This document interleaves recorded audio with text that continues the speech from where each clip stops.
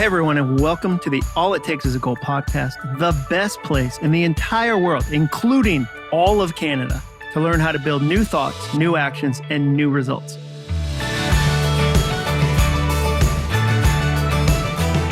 I'm your host, John Acuff, and today I'm going to teach you the 3 words that you should say whenever someone asks you to work for free. But first, today's episode is brought to you by Medi-Share. Have you guys ever had buyer's remorse? You know, that feeling of intense regret because the thing you thought you just had to have was only something you used once or twice. For me, it was the time I bought a really expensive road bike because I thought I was going to get into cycling. I proceeded to hang it on the wall in my garage and feel ashamed for 6 months. Well, I know some of you are experiencing buyer's remorse right now for something much more frustrating. You know what I'm talking about. It's the health care you rushed to get during open enrollment last December. Well, I have some good news for you. You've probably heard me talking about our main sponsor for this podcast, Medi-Share, and these guys have the answer to healthcare buyer's remorse. Check this out. Members of Medi-Share save up to 50% or more per month on their healthcare costs. They say the typical family saves up to $500 per month. And here's the best part. You can become a member at any time. So that means it isn't too late to ditch your buyer's remorse and switch to a more affordable healthcare that will save you money and help you sleep better at night. If this is your first time you're hearing about Medi-Share, it is the best alternative to health insurance that allows you to share the burden of medical bills, offers access to 900,000 plus healthcare providers, and has a proven 25-year track record. Plus, in addition to saving hundreds per month as a member of Medi-Share, you will also have access to free telehealth and free telecounseling. You won't find that with any traditional health insurance provider. Guys, it only takes 2 minutes to see how much you could save. Go investigate that for yourself and your family at medishare.com/John. That's medishare.com/John. Remember, John doesn't have an H in it. So it's MEDI, that's meta, share, SHARE.com/JON. Okay, let's be honest for a second. Not every podcast I create will make you money. Some of my episodes will help you write a book. Some will encourage you during a difficult time. Some will teach you practical things you can do to face your fears and doubts. Some will make you laugh. Some will even give you parenting tips. Every podcast I record, whether it's just me sharing ideas or me interviewing someone, will help you with some part of your goals. But not every podcast that I make will help you make more money. This one, though, get ready. Get ready, buckle up, as they say in the buckle up business. If you use the 3 words I'll teach you in this episode, you will make more money. You will. How do I know? Because I've taught these 3 words to thousands of people and they just work. They flat out work. Now, if I were you, I'd be real worried. I'd be like, ooh, he's about to pitch me something. Like maybe he's going to tell me the first 2 words. And then if you want the 3rd word, it's right behind this paywall. Nope. There's no course. There's no curriculum. There's no upsell coming at the end of this episode. I just learned something 12 years ago that really helped my side hustle, and I think it'll really help yours. I'll never forget when my friend Megan caught up with me in a green room in Dallas, Texas, about a month after I shared these 3 words with her. A green room, by the way, if you're not a public speaker, is just a fancy way to say small room where they keep free granola bars at speaking events. Megan came up to me and she said, "Hey, I tried that technique you told me about, and it made me $2,000. 3 words, $2,000. That is a sweet ROI, return on investment." But enough about Megan. Let me start things off with a question another friend asked me. A friend of mine who is an interior designer once asked me, "Hey, how do you say no to friends who want you to work for free without damaging the relationship?" It's an interesting question because it happens to so many people. If you're a photographer, a designer, a developer, a writer, a personal trainer, a doctor, a mechanic, a hairstylist, a lawyer, an illustrator, a dog walker, or a billion other professions, friends are going to ask you to work for free. I even know homeschool parents who get asked to babysit during the day because, quote, "You're already home. I mean, what's a few more kids? I'll just stick mine in the corner." You won't even notice them. They're very quiet children. Sometimes people describe this request as a play date. Wouldn't it be amazing if my kids played at your house for 6 hours Monday through Friday? That would be an amazing play date. The request to work for free often starts with an email that sounds like this. "Hey, sorry to bother you, but I need your opinion on something. I need a quick logo. It should only take you a few minutes. You could probably knock it out in your sleep. Is that something you could help me with? I love your style. Now, there are a few signs that you've just been asked to work for free. Number one, the promise that it will be quick. If someone says, I just need you to tweak it, run. It's never just a tweak. Tweak is actually Latin for 40-hour project. Number two, help me is often code for give me something for free. And number three, there's usually at least one compliment to soften you up a bit. Oh, you've got such a good eye. I love your eye. I love your style. Sometimes the friend will promise you great exposure.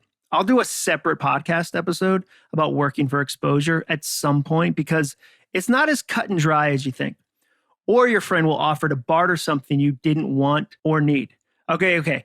You take my photos and I'll let you have one of the mustache combs I've learned to whittle out of reclaimed farm wood. This one came from a barn outside of Pineapple, Alabama. Isn't it nice to be able to comb a mustache with a whittled comb?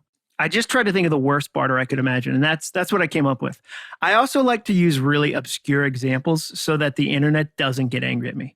I have to believe that the mustache comb whittling community, or the MCWC, is very small and not likely to hear this episode. I mean, let's be honest, they probably don't listen to podcasts. I feel like I should be able to get away with criticizing the mustache comb whittling community without much cost on my end.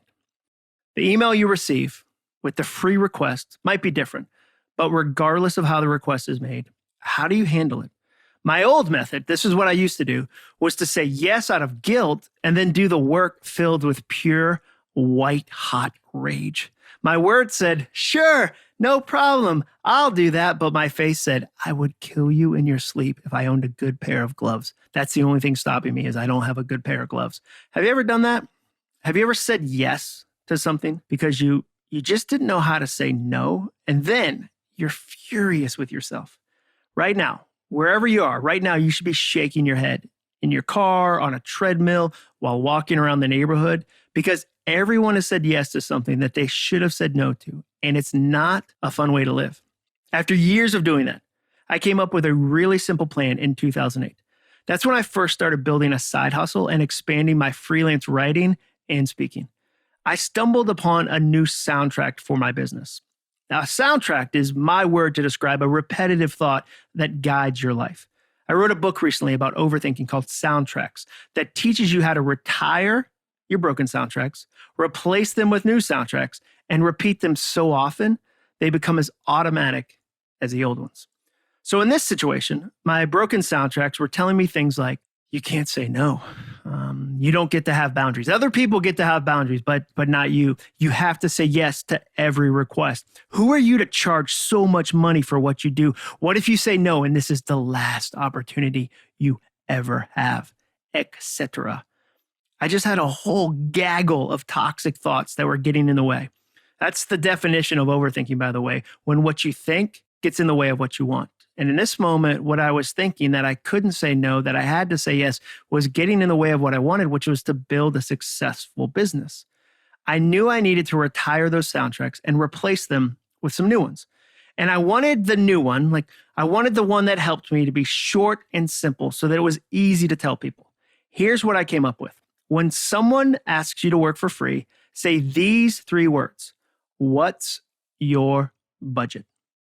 Those are the words. That's it. Let me repeat them because I tend to talk very quickly on this podcast. I just want you to say, what's your budget? Now, this question works because it introduces money into the equation without being offensive. Instead of saying, well, my hourly rate is $250 an hour, which will put your friend on the defensive, you respond with a question. The question helps your friend remember that, oh, that's right, you're a professional. It quietly introduces the idea that you do this for a living or a side hustle. It reminds them that this is your job, not just a passion. We're not just talking about a hobby. People sometimes get confused by this because for them, let's take photography as an example. For them, photography is a hobby. So why shouldn't it be the same for you? Hey, it's just taking a few photos. What's the big deal? You know how you love your camera? You shutterbug you. Wouldn't you love to spend your Saturday afternoon taking my kid's senior photo? She plays the clarinet, so if you could scout out waterfalls in the area, that would look great with a clarinet. I know that's really specific, but we're really trying to focus on a waterfall that looks good with a clarinet. If you could do that, that would be awesome. Doesn't that sound like a fun way to spend your weekend? Plus, you'll get to edit all the photos later. Win-win. This soundtrack also helps you remember that just because you love doing something doesn't mean you should do it for free. Just because you love to do something like photography doesn't mean you shouldn't get paid for it.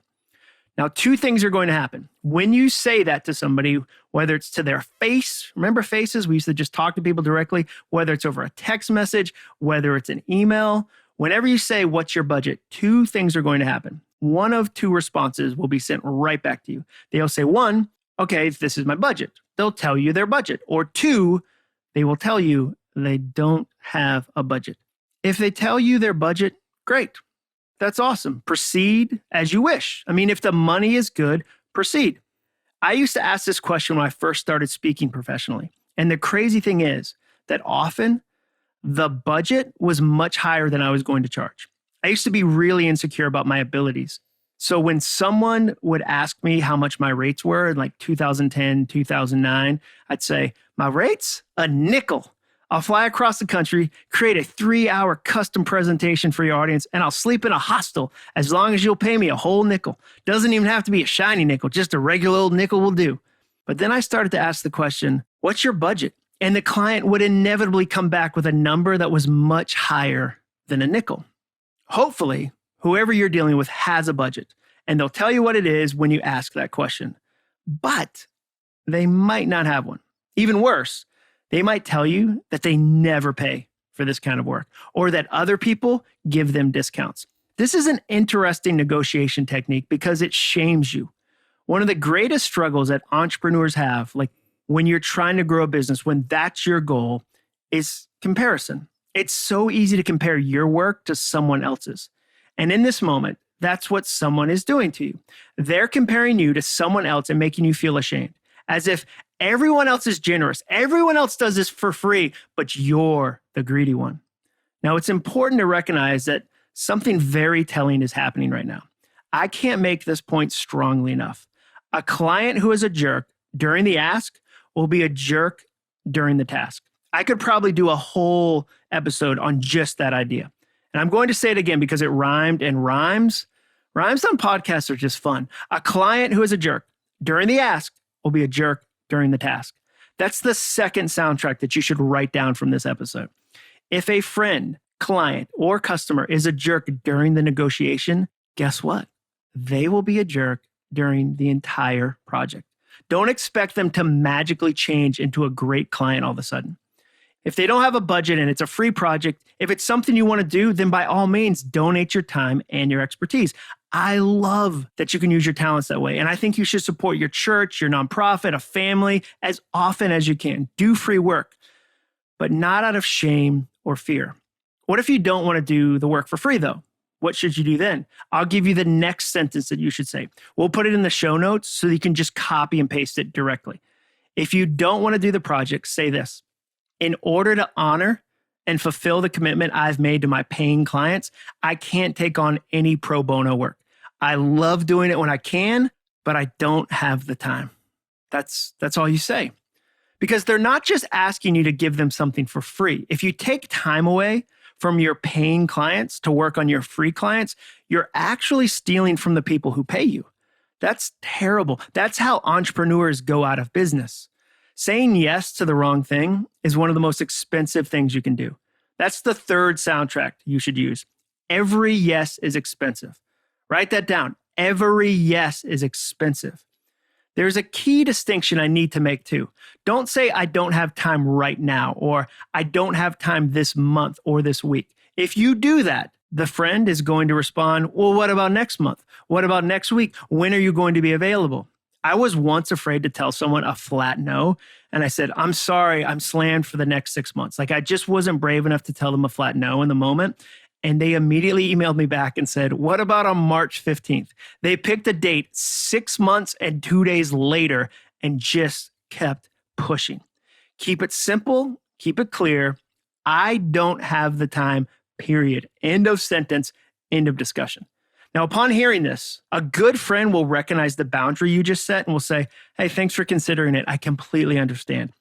A fake friend will not care that you are too busy and will try to shame you into helping them. Don't give in. You do the friendship more damage when you let shame turn your no into a yes. And the bigger issue is that friends should pay full price. Can we just all agree to that? Friends should pay full price. Why should we expect a complete stranger to treat us well and pay our full fee while people we know get to force us into discounts? Our friends should pay us the most. They should over-tip. The people who love you should not try to discount your ability. They should be the ones who value it the most. Don't give up your talent, time, and energy unless you want to. Care about your craft enough to charge for it. That's the fourth soundtrack of the episode. Write that down. Put it on a Post-it note right next to your computer.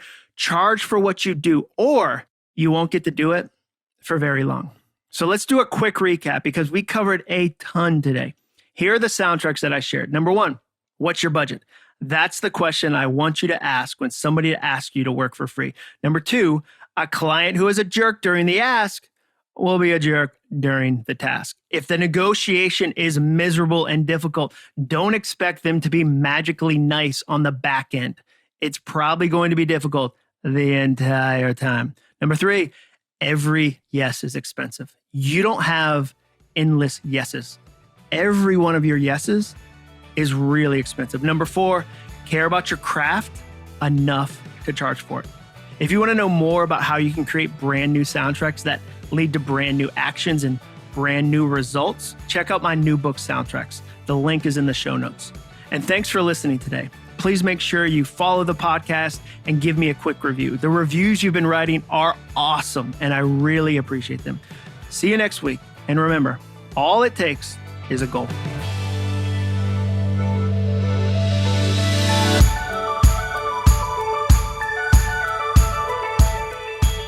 This episode of the podcast was brought to you by Metashare. Text John, J-O-N, to 474747 for more information. Huge thank you to Metashare for sponsoring it. J-O-N to 474747. Thanks for listening. To learn more about the All It Takes Is a Goal podcast and to get access to today's show notes, transcript, and exclusive content from John Acuff, visit acuff.me/podcast. Thanks again for joining us. Be sure to tune in next week for another episode of the All It Takes Is a Goal podcast.